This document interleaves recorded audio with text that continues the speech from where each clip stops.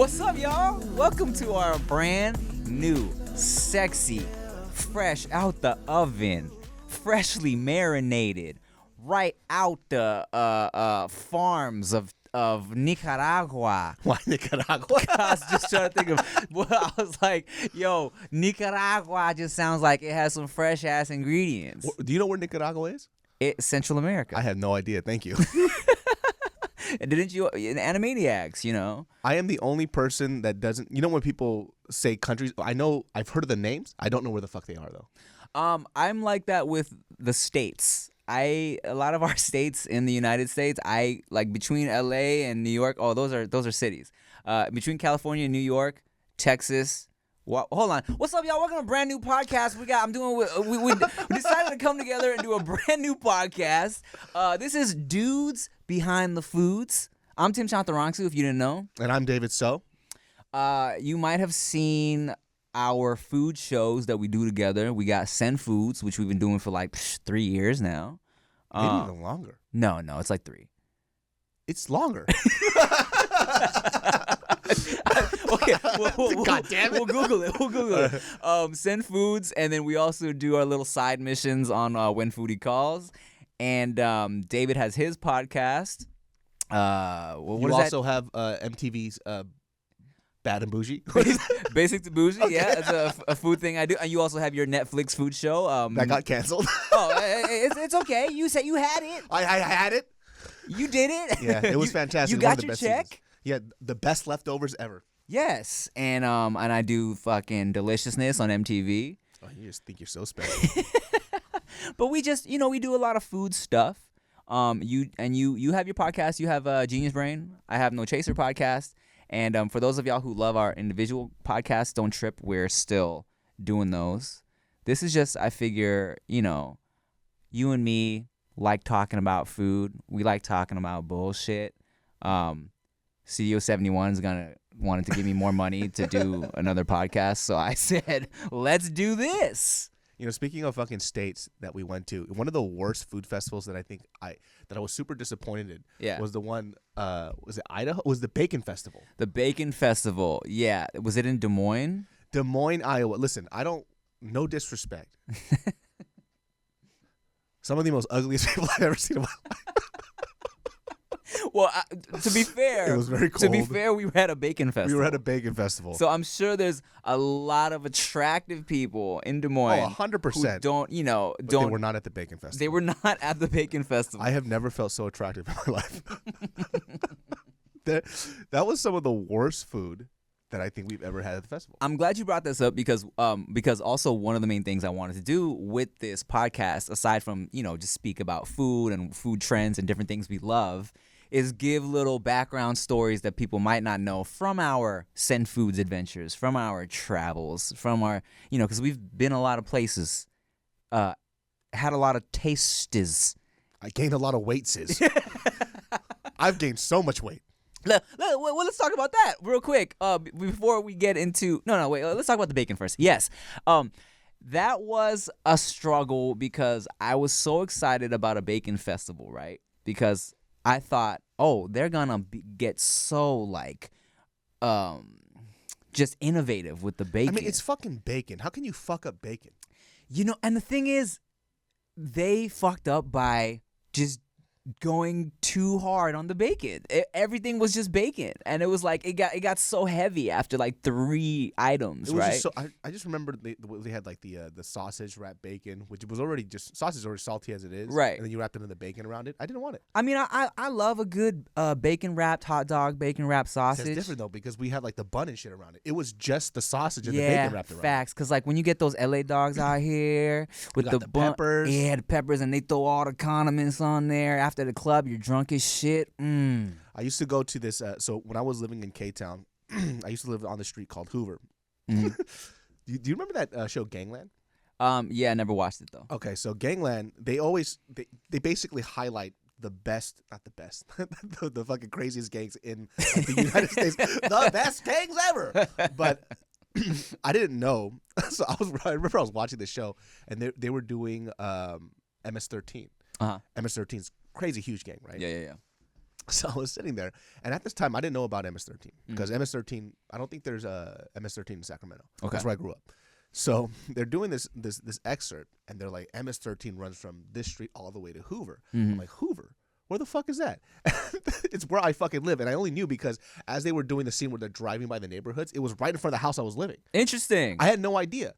And what I found out through that documentary was that they do the whole thing where it's kind of like mafia, where you have to pay them a toll and they'll protect you. Oh. So a lot of those hot dog carts, they kind of run. Really? Yeah, in that specific area. So I've been going to this hot dog cart right across from where I live. It's at this club called Medusa. Yeah. So Medusa, after I saw that documentary, you know those moments where you're kind of ignorant to everything? Yeah. But the moment I saw that documentary, I realized I was in a heavily gang-populated area. All the MS-13 tags were apparent to me. And I would walk over to this hot dog spot at this cart in front of the club in Medusa. Yeah. And there was this dude just tatted up with MS-13 tattoos on his face. Everywhere. He was there the whole time. I had no fucking idea. Interesting. Even the sweet little lady grilling up your hot dogs had a fucking MS-13 on her neck. I would always go there. Can I get 4 hot dogs, please? She's like, 4? She's like, are you the police? Yeah. Police? Yeah, this can't be real. I know. So guy grabs my shoulder. Why do you want 4? I'm fat. Give me 7, please. Real quick tangent about bacon wrap hot dogs. Bro, one time the power went out in my condo, right? And this is back when I was living in Paramount, and I was so fucking hungry. And all I had was like a pack of these like bacon wrapped hot dogs. It was already bacon wrapped hot dogs in this pack. And I'm like, shit. You know, in my head, I was like, yo, fucking all the electricity out, microwave doesn't work, electric stove is fucked up. What am I gonna do, right? So I'm like, I'm gonna grill these hot dogs over like my little fireplace. I'm like, genius, you know what I'm saying? So I put a fucking bacon wrapped hot dog. Dog, how poor were you?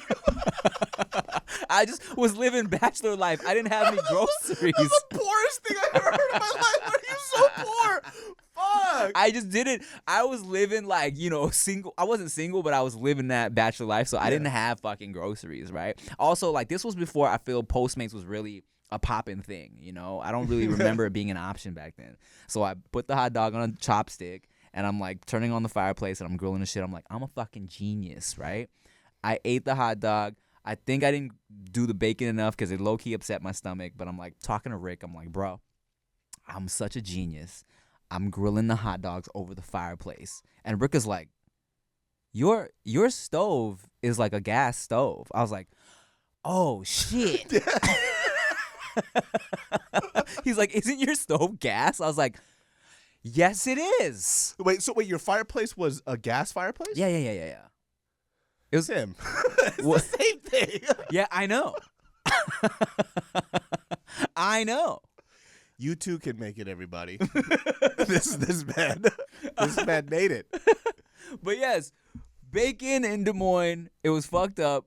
I thought I was going to get so many finessed bacon treats, but it was so much just bacon on bacon on bacon, right? I think a lot of people, let's just go back to the process of how like Sen Foods and these food festivals work, right? Mm-hmm. So in a span of 3 hours, we're literally eating probably about 10 to 12 different spots. Yeah. And even if you take small bites, which I never do, it just accumulates to a lot of food. So if every vendor is doing the same thing, you're eating the same thing over and over and over. Now, mind you, when we say the certain foods taste pretty decent, yeah, it does. Yeah. Right? It's decent. Yeah. But what happens is like you only get to see about 6 of them that we eat. Mm-hmm. And even when we go through a lot. So like the hard part is like when you go to something like the Bacon Festival, bacon is something that's very, I mean, it's universally loved. Everybody loves bacon, right? Who don't love bacon? But it's fucking salty as shit. Mm-hmm. So when you use bacon, the application can be just for anything. You could have it by itself if you want, but you know, how fun is that? Or people should use it as to season something else, like to elevate another dish, whether it's bacon fat that you use to cook something in, whether you add it as a topping, or if you make it the centerpiece, you have to learn how to mitigate the saltiness and sometimes the smokiness of that bacon. Gotta balance that shit out. Yeah, that's why people love it on top of like mac and cheese. Yeah, like the salty crunch on it, you know, becomes a little smoky. I don't know what you can do with it, but it adds something to it. You just have bacon all over, it becomes really greasy. And that's something that I didn't realize when I first started cooking. I always assumed that excess was always better. I never balanced anything out. It's like when I remember the first time I ever made lasagna. So when I was a kid, I used to always watch, because I didn't have cable, Mhm. I used to watch all these Yan Can Cook, Jacques Pepin, Julia Childs. Yes, all the super decadent cooks, mad butter, Yeah. mad this, mad that. Yeah. So I started making Italian food. That was the first food that I ever wanted to make outside of Korean food that I would make at home. Mhm. I can remember I said, there's no such thing as too much cheese. And so I made this lasagna. I quadrupled the recipe up on Yeah. the cheese. I was like, this shit's going to be fucking fire. Right. I let it cool down a bit. I stuck my fork in it to take a piece out, and the whole fucking lasagna came out. It was just fucking congealed into one piece It or was what? just one fucking piece of cheese. Ah. I bit into it, and I threw it away. Yeah. And I think a lot of people sometimes cook like that. They think that, oh, if I add more things that I enjoy, it's going to taste better. But there's always balance. That's that American in you, dog. That's why I'm so fat. I can't help it. I've gained probably in pandemic 15 to 17 pounds. Really? Yeah, I gained about 17 pounds. Well, I mean, let me ask you this then, because when we first started Send Foods, you were a chunky boy. Just say fat, Tim. I'm not gonna fat shame you, okay? No, you fat shame me. I let you fat shame yourself. You do that enough, so I'm gonna say you were a glistening lechon pig of a boy, but that is a positive in my eyes. But I didn't realize you were that big until you started losing. I didn't realize that you lost so much weight during like the course of when we started Send Foods. You know what I'm saying? Because by the time we sold it to Thrillist, bro, you were looking so fit. How much Yeah. weight did you lose between, let's say, the first episode of Send Foods and when we were on Thrillist with Send Foods? 80 pounds. Were you lying? I lost 80 pounds, dude. What? So you know what the funny thing is? I thought I weighed around like 270 pounds. Yeah. That's from what I remember. But then I went into this app called MyFitnessPal. Uh-huh. All right. And you basically track your progress from what you weigh yourself in. I was at the highest peak. I say 280, but it was more like 289. Okay. So I was almost 290 pounds. Yeah. I had no fucking idea. Right. So, and that's 289. And obviously, I think when I put the weight in, you want to put in your highest weight. So when you lose weight, it's a lot more drastic. Right. So it was like 289 after like a fat meal or whatever. Uh-huh. I didn't know I was that big. And I still remember the few times that, because when you're big and you kind of like make it a part of your identity, you don't really think you're really fucking big. It's just who you are. Right. But I remember, and I talk about the story on my podcast where one of the biggest moments where I realized I was fat. My lady and I, we were going out to eat. Oh, yes, I know this story. Yeah, and there was two people across from us that were fucking fat. And my fucking fat ass looked at them, and I was like, look at these two fat people. And then my lady looks at me, and she goes, you're fatter than them. What are you talking about? And I was then like, your world fell apart. it all fucking started crashing in. I was like, what the fuck? Well, it's like, fucking bitch. Like, what do you mean? I'm not bigger than them. I was bigger than them. I had no fucking idea. Right. And that's when I got on the scale. And I think at the time it said like 270. So even after I saw that, I got heavier. So it was like 270. I'm like, what the fuck? I'm supposed to be at most 240 pounds. It's like, this isn't real. And then I started noticing everything. Like when I was walking down the stairs, like my titties would jiggle. Like I started noticing like how much I was eating. And it gets to the point too where you're so unhealthy. All the stuff that you have that shows how unhealthy you are, you kind of just normalize it. And I'm like, dude, everybody has diarrhea every day. Everybody's titties jiggle down the stairs. Everybody. I had heartburn every fucking day. Did you really? I would wake up in the middle of the night and I would have acid reflux. And so it would wake me up because I would just, gurgle up acid. Huh. And I didn't know, like, it's so fucking stupid to say this, but I just thought that was just life. That's just part of life. Yeah, it's just something that I have to deal with because my dad has acid reflux and he's not fat. So I'm like, oh, it just is what it is. But as you get older, a lot of the stuff that you're uncomfortable with, you become a lot more aware. So like the back pain. Because you start thinking about the future. You're like, shit, if this is me at fucking 30, how's it going to be in 20 years? I had no fucking idea. And guess what? Mariel was still with me during this disgusting time. Wow, she's a real one. And she was hyper fit. She would bike everywhere. She would rock climb. And she would still have sex with you?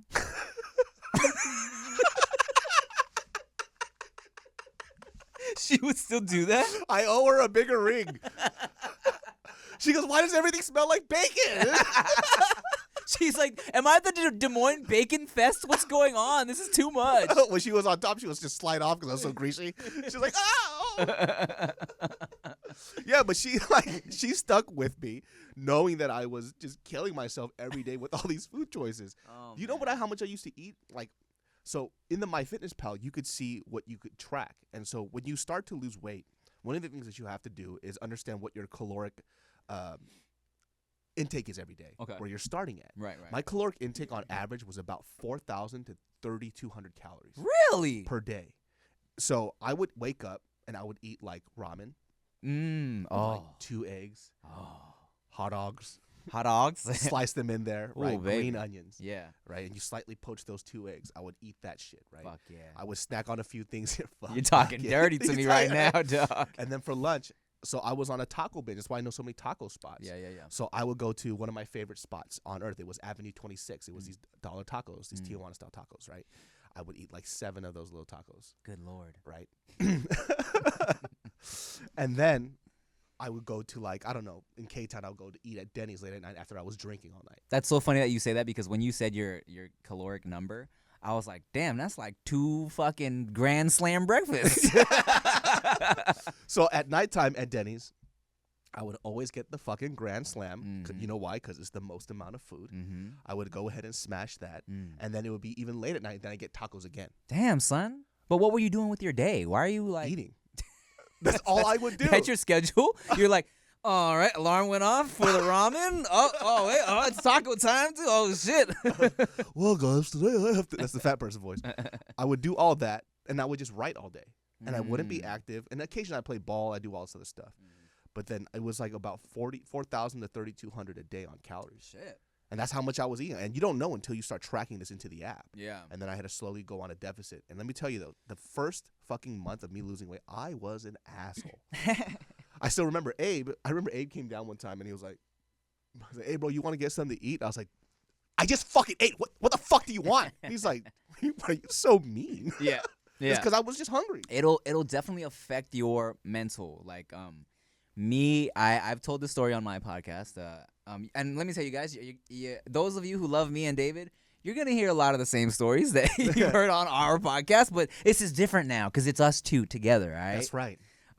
So when I was my first season on Wild 'N Out, I remember shooting and filming and being like, I look like a regular person, right? And then once I saw that season air, I was like, holy shit, I look fucking fat. And like that whole camera adds 10 pound shit was so real. I couldn't believe it.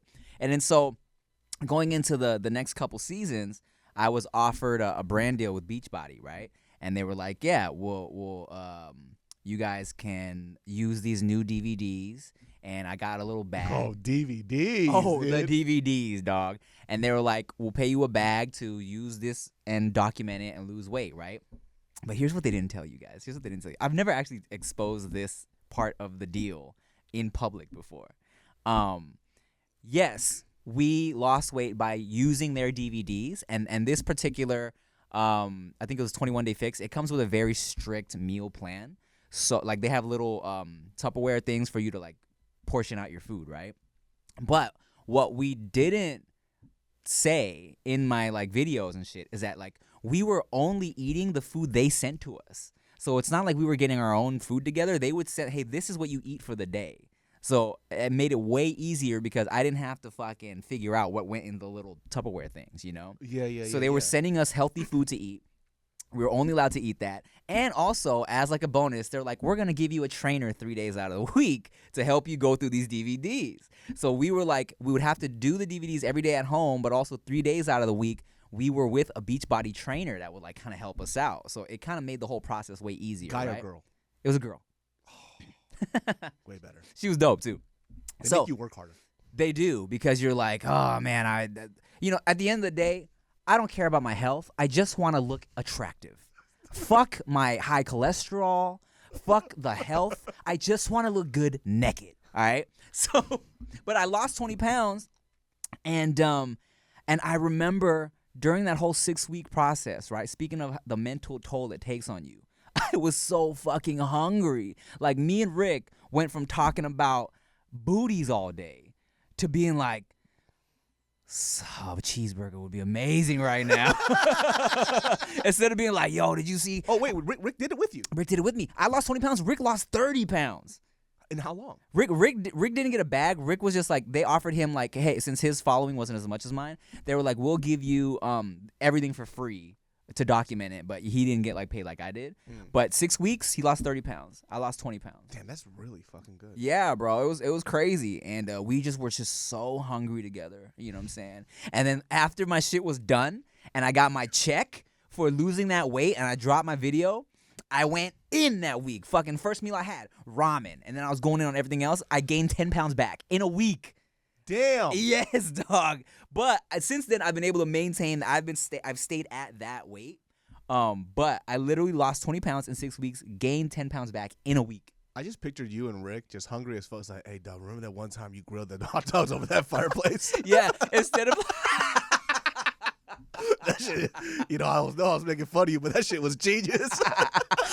I could go for a fireplace grilled hot dog right now. Oh man, what a struggle! You lost 30 pounds in 6 weeks. That's pretty fucking crazy. I lost 20. Rick lost 30. Yeah, but also like because I have a big ass head, right? So I looked great on camera. When I went to go film, I was like, I look popping. My jawline looks great. My fucking cheekbones are cheeking. But then in real life, I look kind of borderline a little too skinny because I have such a big ass round ass head. Like Rick was like, yeah, you look like Big Boy when he got his like gastric bypass surgery. Oh no! Fucking lollipop effect, you know? Yeah, Big Boy looks interesting when he lost all the weight. Yeah. So Rick lost. You said he lost what? 30? Rick lost 30 in a matter of what? That's like a month and a half. Month and a half. Yeah. That's really fucking good. Yeah. That's crazy. Because when I was first losing weight in the first month, I lost 1 pound, and that was hard because it was like I had to learn to enjoy the process of being healthier than looking for the goal of losing weight. Because that's the hardest part. It's like when you first start to lose weight, if your goal is to, and this is just for me, everybody's different, right? Because I didn't have the goal of looking good when I was naked. I just was dying. So I needed to live. Yeah. So I just had this idea of, okay, you know what? You lost 1 pound in the first month. You have to be okay with this. And then me kind of loving the process of doing healthier things, of walking. So I used to walk every day. So the first month I would walk a mile a day. No matter what it is, I could just do that one activity. Yeah. I didn't worry about the food that I was eating. I just walked 1 mile a day, and I lost a pound in a month. And at first, the first thought is, I just lost a fucking pound? After all that? Yeah, I was pretty pissed. But then I was like, hey, you know what? A pound is better than where you were before. And in the second month, I upped it to 2 miles a day. And then I started tracking what I was eating, and that's when I found out I was eating like 3,200 whatever calories a day. And then I started taking away from that. In the second month, I lost like 16 pounds. Amazing. Yeah. And I was like, oh shit, this is starting to work. Then I started falling in love with kickboxing and everything else. And then eventually, after like a year, I lost about 80 pounds or so. That's crazy. Yeah. So it took a while, so you could see it throughout the podcast. Like it'll go down. Yeah. Well, that's beautiful. Let's take a break to hear from our sponsors.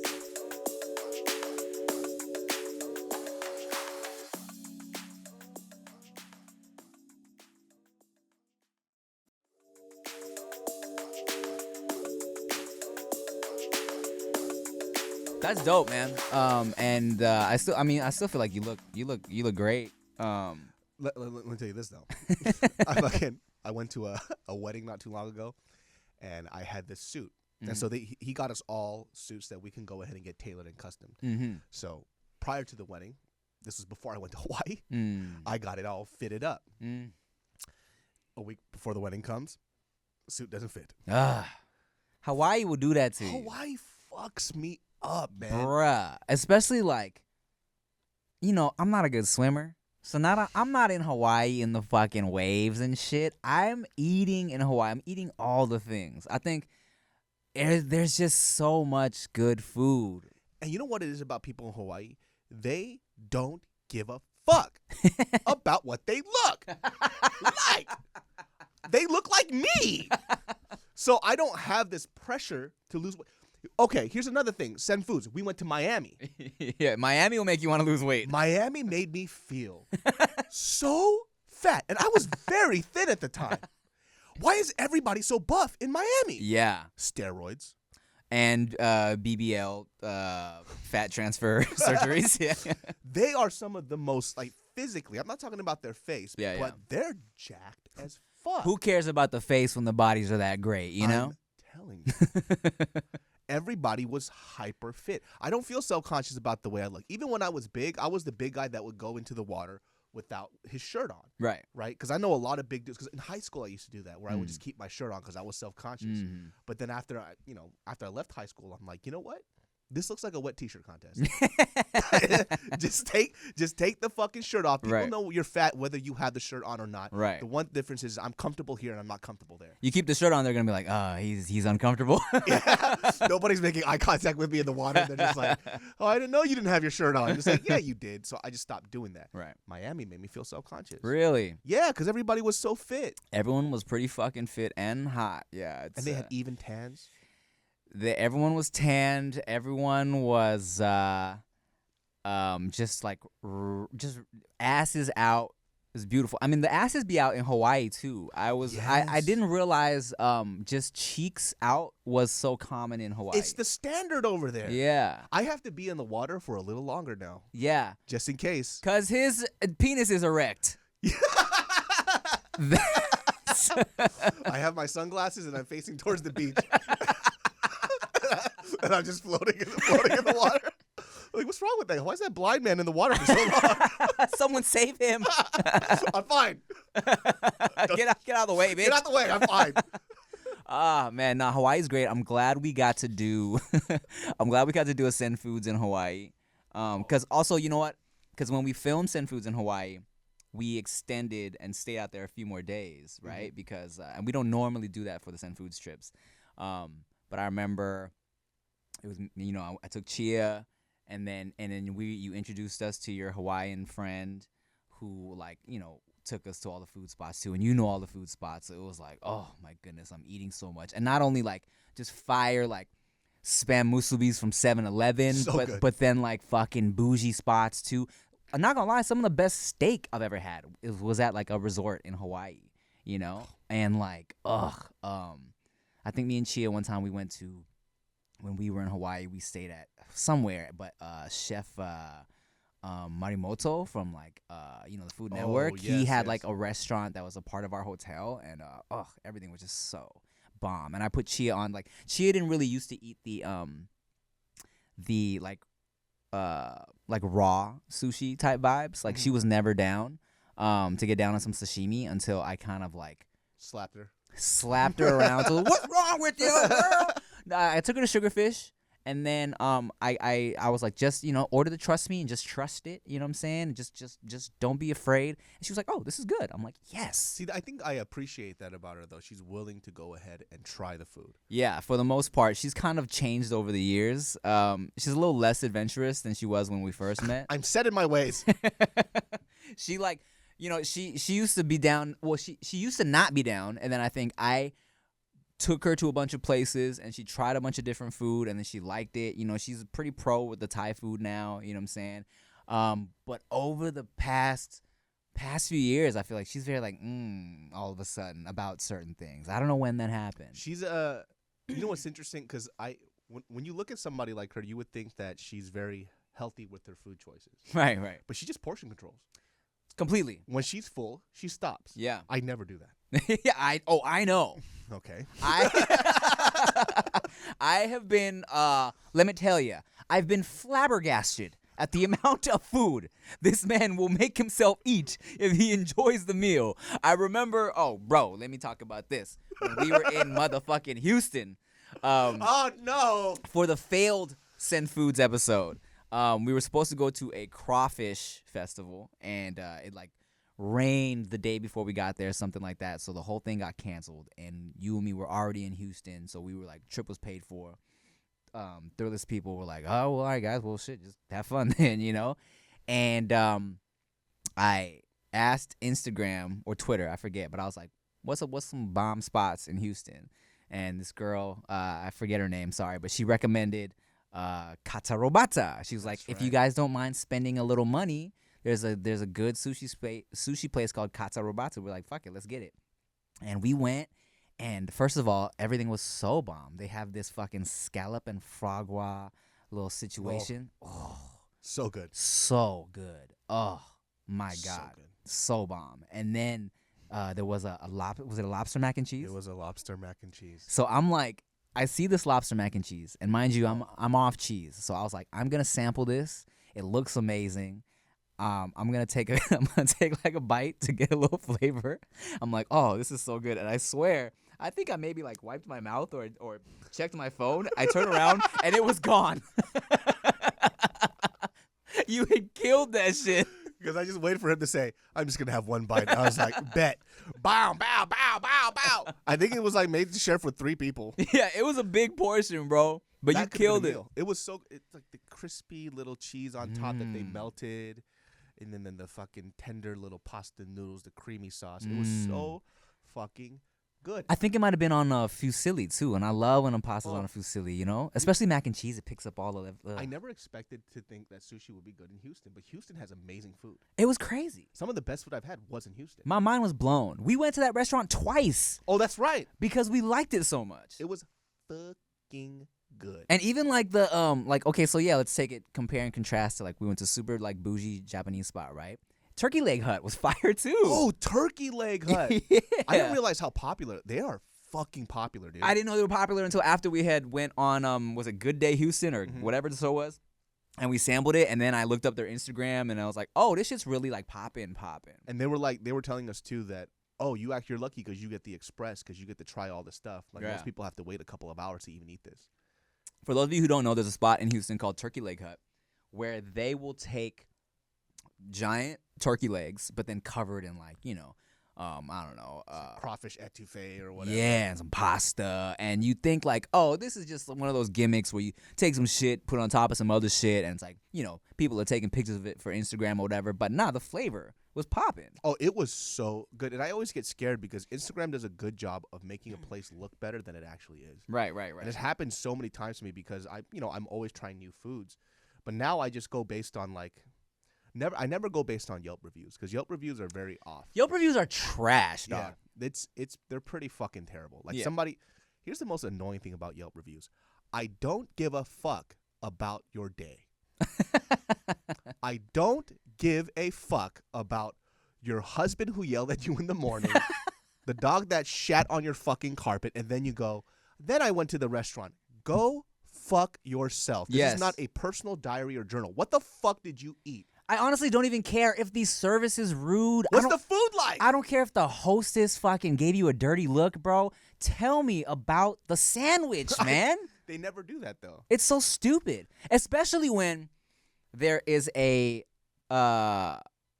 Karen of some sort who reviews an Asian restaurant, right, and complains about the service or the server being rude. I'm like, do you not know that the more rude the staff is, the more fire the food is at an Asian restaurant? Because they don't give a fuck about you. They're just trying to give you food. Exactly, and that's why the service is always fast. You get your shit so hot, it will scald your face. Every Asian restaurant, they always serve their fucking food at lava temperature. Yes. And then you burn your mouth as you eat it, and it's so fucking good. And it's part of the experience. If you serve my pho and you don't have a thumb in it when you put it if a whole thumb isn't in it, and you place it on my table, I already know it's going to taste bad. When I go to dim sum, I want these old Asian bitches screaming at me. I want them to be rude. I go to this banh mi spot out in the San Gabriel area. It's called Saigon Bakery. This lady is such a fucking asshole. She looks at me like I'm a piece of shit every time I go in there. And I thought that she only talks to me like that. She talks to everybody like that. Yeah. So I go up. I remember the first time I ever went there. They have fresh baked banh mi rolls, the Vietnamese French rolls, right? Their shit is the best. So I go in there and I go, oh, which one's the best? She goes, you don't have eyes? First thing she's out right off the fucking bat. And I was shocked. I was like, excuse me? It's like, menu. No eyes? She said, open your eyes. You're like, is this being racist? And her eyes are hella small. So I was like, okay, I'll get the number 1 and the number 2, right? She goes, if you buy 2, you'll get 3. So order another one. Hurry up. And I'm like, okay, this lady is a fucking asshole. I was like, I'll get the number 3. She goes, okay, thank you. And it goes up. This lady comes up behind me and orders her food, right? Yeah. She goes, I've never been here before. She goes, hurry up, 1, 2, 3, hurry up. Oh, wow. I was like, oh, she just treats everybody like that. Yeah. But the best banh mi's ever. She's like the soup Nazi. She is. Wow. It's so fucking good there, though. I go there every time, and they have fresh crab egg rolls that they fry, and it's just in the case, and you can get like each of them costs like $1. That sounds bomb. Oh, it's so okay. Yeah. Text me the name of that place because I'm down. I'll bring some over next time. Lit. Speaking of Yelp reviews, my family had a Thai food restaurant for 20 years in Paramount, right? Thai Smile restaurant. If y'all got the pleasure of dining there. There's actually a lot of Thai food restaurants in Paramount, surprisingly. Yeah, they're like down that block on Alondra. There was Thai Smile, my family spot. Right across the way, there was Treasure Pot, which I can say this now, it's actually pretty good as well. But that your mom's gonna hear this. Oh, my mom would be pissed if she heard that. Well, also, here's why they're so good though, because the owner of that restaurant used to be a waitress at Thai Smile, and she kind of like took what she learned there and did her own thing at Treasure Pot. But also there was like there was Thai Orchid down the block. There's a bunch of Thai restaurants, right? And so, having a restaurant for 20 years, experiencing Yelp reviews was a new thing for my parents, And I'm going to tell you all about it right after this break.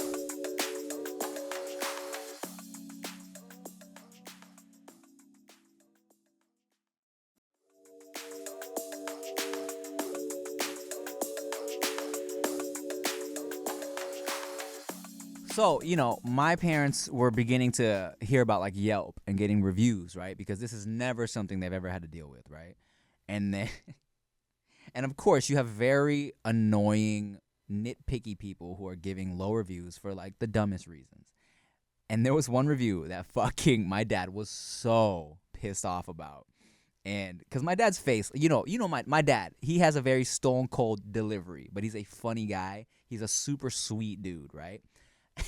But his face is like, you know what I'm saying? Yeah. And so there was a review that was like Thai Smile, more like Thai Cry. No. Thai Smile, more like Thai Scowl. If you could have seen the way the owner of the restaurant walked around and talked to us. Thai Scowl, Thai Frown, whatever this lady said. And my dad was like so pissed. It's like, bro, so she gave us this fucking bad Yelp review because my dad just has a resting frowny face. But, like, the food's fire, though. That's hella funny, dude. So annoying. You know what I would do?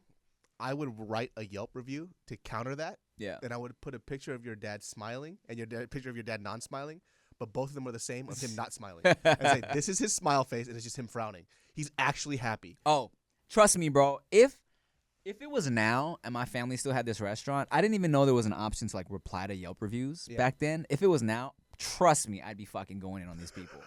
Because a lot of the influx of fans of customers we got were when the YouTube videos started popping too. So a lot of the views were like, oh, had to come here after I saw it in Tim's vlog, here to support Tim. So of course, like anyone talking shit, I would have been able to just talk my shit and people would have been on my side. The beauty of the internet. 100%. Well, here's the thing about Yelp reviews too. The odd thing is like, everybody looks at Yelp reviews as if it's a public platform for their feelings, right? It's like that's why they're using it as a life journal, right? You know what I mean? Right. Me and Rick got into a fight this morning, and then after we showered, we were like, "Let's get some Thai Smile." Right. I was in a bad mood, so this food better put me in a good mood. Like, okay, well, you've already started off terrible. You have these people who never got published in a fucking magazine, who are like these like freelance writers who never get work, so they wanna paint a whole picture. When I just want to hear about your croissant, your ham and cheese croissant. Let me tell you something. When somebody says I'm a Yelp leader, you go fuck yourself. That's the lowest accolade you could ever be proud of. The fuck are you talking about? Do you know what I do? I review things. Do they get paid for that? No, they don't. It's just the fact that they're a Yelp leader. And they enjoy this fact. They fucking live and breathe this lifestyle. Like, nobody gives a fucking fuck. Listen, I appreciate people who do help these businesses out. Here's the problem. When you review restaurants, right, you're not just reviewing restaurants. You're not just writing something. You are actually affecting the livelihood of this restaurant. There are people here who work. they fucking make a living off of this fucking business. Mm-hmm. They don't think about that shit. To them, it's just, oh, I thought the food was okay. Let me give it 2 stars. But when you do that, somebody has to get paid for this. Yeah. Right? Whenever I do a Yelp review, and I don't do it under my own name, I do it under a different alias. Mm-hmm. If David Schlong. David Shaw. So I either give it a 4-star or a 5-star. That's it. If I didn't like it and it was terrible, the only way you get a 1-star from me is if you like spit in my food. You called me a ching chong. Yeah. You told me my penis smells funny. It has to be something crazy. If they tell you the truth? Yeah. If they look at me and they're like, you were so fat. But then I'll give them a 1-star. If it's like, okay, this food was rotten. Like literally they served spoiled food and they're going to poison the public. Yeah, yeah. If it's like, I thought it was okay, I just leave it alone. I feel you. I leave it alone. Yeah. Even 3 stars might be okay. If you go to the 2 to the 1, there better be a good fucking reason other than the fact that you thought that your food at home tastes better. Yeah. Because you're fucking with people's livelihood. The cook would have had to come out here and fucking just whip his penis on my pasta primavera for that shit to happen. And I gave them a 6-star because it was beautiful. Because the dick was amazing, yeah. I gave a 1-star to this Korean restaurant. Yeah. Because, and it was funny because our friends Bart and Joe were there too. It was like the whole JK crew. Mm-hmm. And the worst service ever that we had. The food was fucking terrible. And even then I wasn't going to leave a review. Yeah. Before we left, we gave them like, I don't know, a 5% tip because they treated us like pure shit. They treated me as if I wiped the fucking Korean barbecue with my ass and I grilled it on after. And they come out and they're like, this is all the tip you're giving us? Yeah. Get the fuck out of here. We never want you here again. And we're like, we got done eating. We're leaving. we're done. And they were like cursing at everybody like in Korean. Really? They didn't know I was Korean. Ah. So I started fucking going off in Korean. I can't speak Korean very well, but my mom used to curse at me a lot. You know the cuss words. So that's my shit. And I know them now because of you. Exactly. So I started fucking going off on these people. Gave them a 1-star. Everybody gave them a 1-star. In a month they closed down. Oh shit. Yeah. I don't say it's because of us, but that's how they were treating people. Damn. And we only went there because it was a cheap Korean barbecue. We were so fucking poor. Shipseki. Yeah, shipseki, 개새끼, 씨발년들이 누구한테 소리 지르고 지랄이야, 이 개새끼야. See, that's bitch. Yeah, motherfucker. If you've never cursed in Korean, it's very soul satisfying. No, even the just like shipseki is as fucking satisfying as a motherfucker, dog. Yes, I love it. I love when you taught me that. Dude, I'll show you this video later on. It's the funniest fucking video. So this is somebody that I know through Instagram. And then she has me as one of her close friends, so you can see these private stories. There's this video. This is how Korean people are. They're so fucking angry. It's so hilarious that when I see a Korean man get angry, it's comforting to me. Because it's what I grew up with. Right. But this guy, he's sitting at a restaurant. And he's saying this in Korean. He goes, if you translate it, he's talking to this other old Korean guy. And out of nowhere, he stands up. And he takes a little soju, little shot glass, smashes it on the floor, gets up in the middle of a restaurant. He goes, "This is who I am!" Like, that's what he's screaming. "This is who I am! You think I'm a piece of shit? Let's take this outside." Oh my god! And he's like 70 years old. Yeah. And there's other Korean guys just staring at him, super quiet, just drinking his soju. And the waitress asks him to leave. This is the funniest part of the video. He throws it, gets another one, smashes it on the floor, and the waitress is getting scared. This younger Korean guy, like my size, comes up to him. He's like screaming. The guy just walks up to him. He looks at how big he is. He goes, "Okay, I'm so sorry. I'm so sorry." And then he hands him a card to join the Squid Games. He's like, "You would be the perfect contestant for my thing I'm starting up." You want to win $100? It's just starting out. It's $100. Okay, you still want here? Did you like Squid Game? I did. I loved it. Of course. Yeah. I loved it. I cried so much. Episode 6. Episode 6 was the fucking And you know what? Okay, spoiler alert. If you haven't watched it, what the fuck? Yeah. Oh, he hasn't watched it. Okay, we're not gonna talk about it yet. You can listen to spoilers on my podcast and David's podcast on our separate ones because producer man hasn't seen it yet, so we're not gonna talk about it. You haven't seen fucking Squid Game? The fuck is wrong with you? Seriously, I made sure. By the way, producer man is Asian. Yeah. Asian card cut. What the fuck? What the fuck? I was scrolling through Twitter and seeing so much that I was like, even I was telling my wife, I was telling Chia, I was like, babe, I know we've kind of fallen off with our shows. I was like, in our relationship?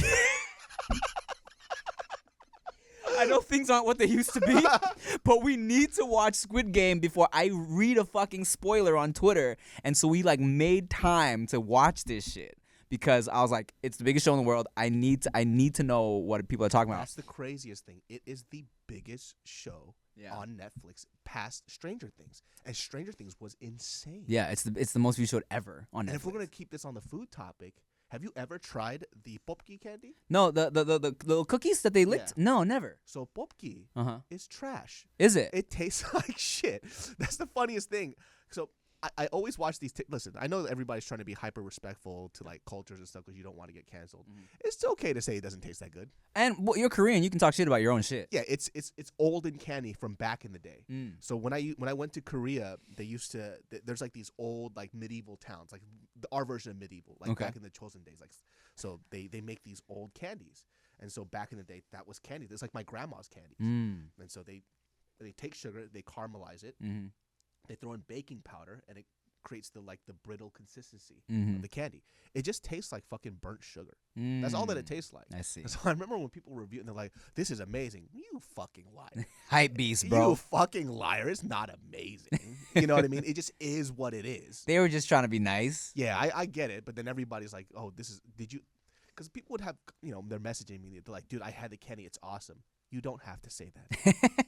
Well, because this is the thing. Even if they're not Korean and they're calling it trash, even though you know it's trash, all the Koreans are going to be like, you're disrespecting my culture, bro. You don't know what you're talking about. Not me. I've been like, you right. That shit was not that fucking good. You know what? I just remembered this. Speaking of food, of us not liking food and it affecting a business, there was a dude, bro, that was pissed at me. I saw on Twitter some dude, like, it was a conversation, people were talking about me, and some dude was like, fuck Timothy Delgado. I was like, what'd I do to you?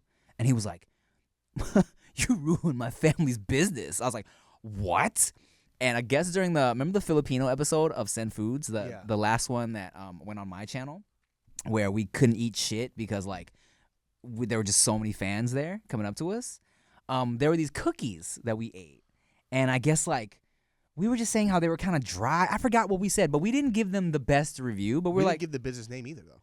I don't remember. But we were like, yeah, no, we like.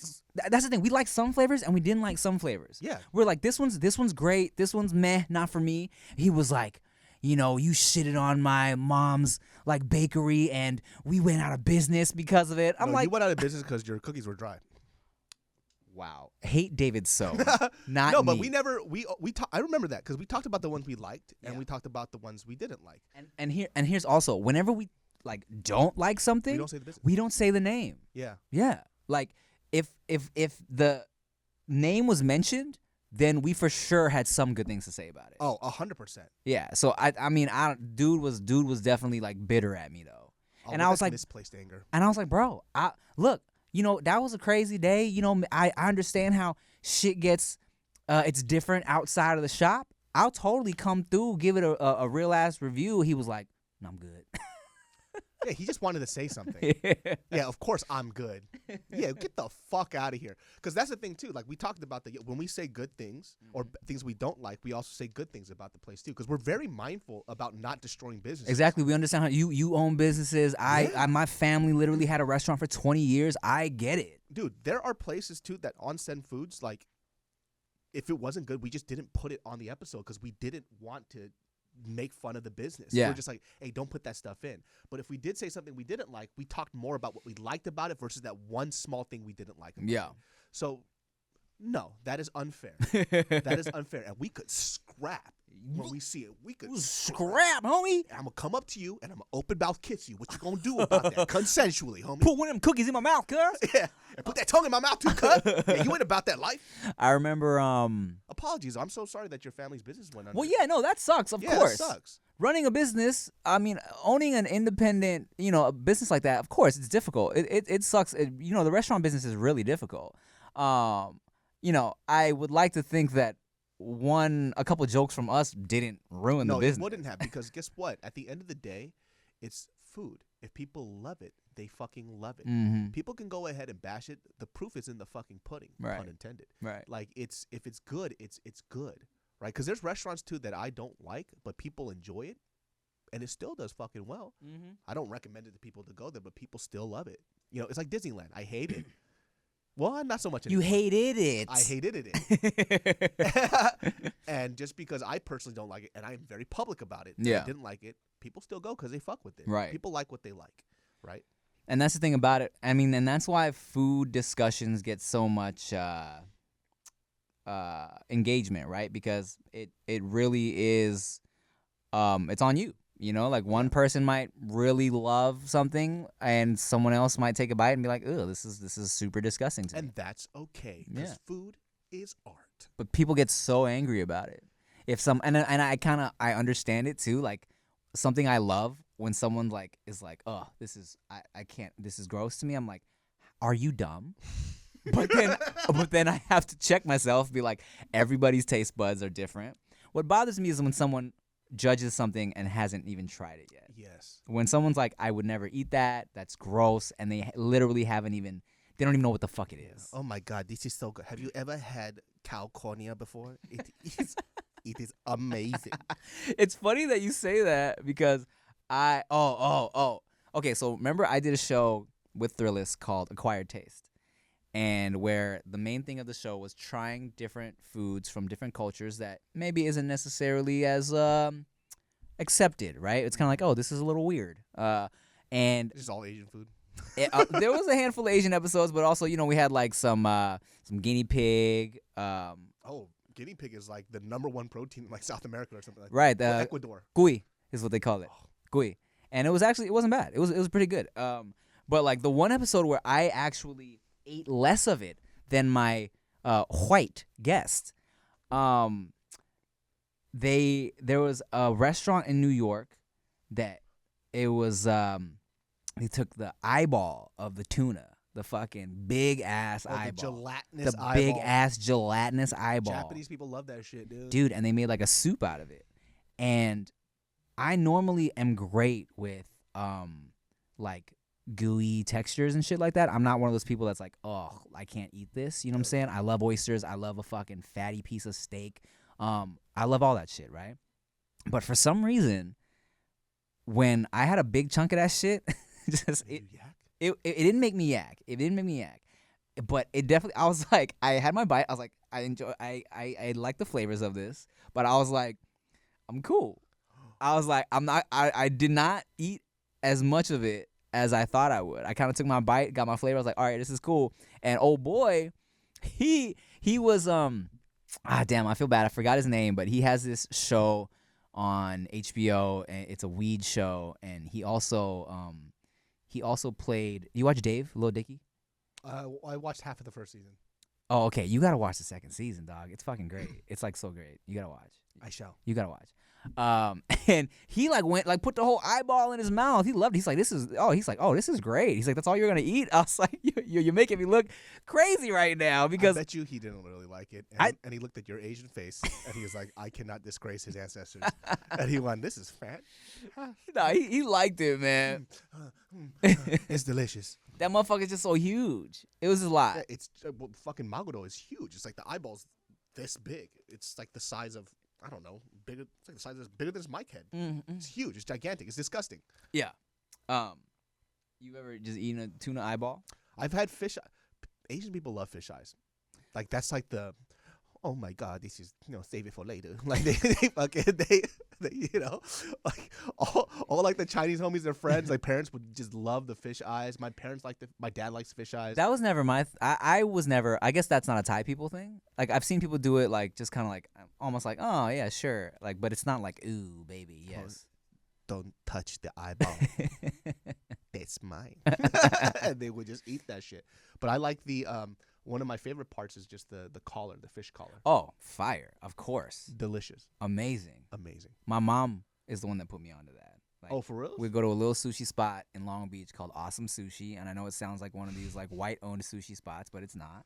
And, it sounds like a spot where you could just only get California rolls and shit. But this place is actually, it's legit. And my mom would always order the collar there, either like yellowtail collar or salmon collar. And, oh, pop. I'm still laughing at the guy who tweeted you. Fuck Timothy De La Ghetto. He's not a fan. He ruined my parents' business. I like how it's just you though, because I Yeah. was also in the video, and most likely I was the one probably saying bad things about the cookie. Oh, totally. Well, he didn't even at me. It was one of those days where I was like taking a shit and I was bored, so I just kind of like randomly searched my name, and I just came across a conversation that mentioned me, and he was like, "Yeah, fuck that guy," or whatever he said. Whatever he said, he was mad, and Also, too, if you're at the festival, it's like a pop-up business. mhm. Yeah, you know what? You're such a good guy too, though. Like the fact that you would reach out and be like, "Hey, let's redo this, and let me help you guys out." Yeah. But he's like, "Dude, the business is gone." Well, here's the thing. I'm too nice, and I also have a very unhealthy fear of people not liking me. Really? Wow, you're the exact opposite. I need a little bit of yours because Mm. I need to care and be a little more empathetic. You know, and here's the thing, right? Yeah, I learned that about myself over the years where, yes, I definitely preach like fuck what people think, and I do feel that way, right? Like, who cares? Like, why live your life going off of how other people feel about you and how they judge you and shit like that? I feel like that's such a waste of life to live that way. But there's definitely something in me where I learned that like if someone just doesn't fuck with me or doesn't like just like me, it bugs me a little bit. I'm like, because part of me is like, how could you not like me? Oh, I got reasons. I'm such a nice boy. That's so funny when people say, you know, I'm a very hyper opinionated person. Yeah. And, you know, if somebody says, I don't fucking like David Sells, like, you probably have a good reason. Right. You know, I'm like, there's definitely a fucking good reason you don't like me. And Yeah. I have to accept that. But for me, I'm like, what the fuck? I'm adorable. I'm great. All I do is spread joy. Listen, Filipino cookie guy, if you guys want to run back that business, send us some, and I'll help you out. He doesn't want Because to. there was a few cookies that I enjoyed. He doesn't want it. No, you send me the fucking cookies. Well, or maybe he does. Who knows? Yeah, you send me the fucking cookies, and you send me the ones in the video that I enjoyed, and then I will be like, these cookies are the shit here. Make sure you get these cookies. Putang ina mo. Butang mo. Yeah. You know what we should do on here too? Mahal kita. We should have people. We should try people's shit on this. I do podcast. want to do that. Yeah. I want to have food and try their stuff out, and we could do a live review of their food. But what if they like poison us? The Filipino cookies. Oh my god. Well, that wraps up this episode. Hey, I enjoyed that. That felt good. How'd you feel? How I was want that to for say you? I didn't like it, so you could just seek my approval.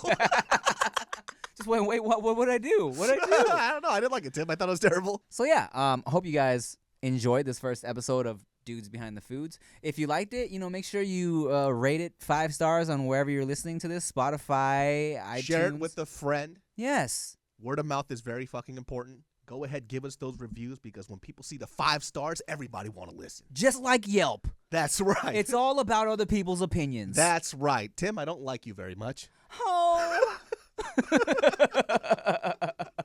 Thanks for watching, everybody. Bye.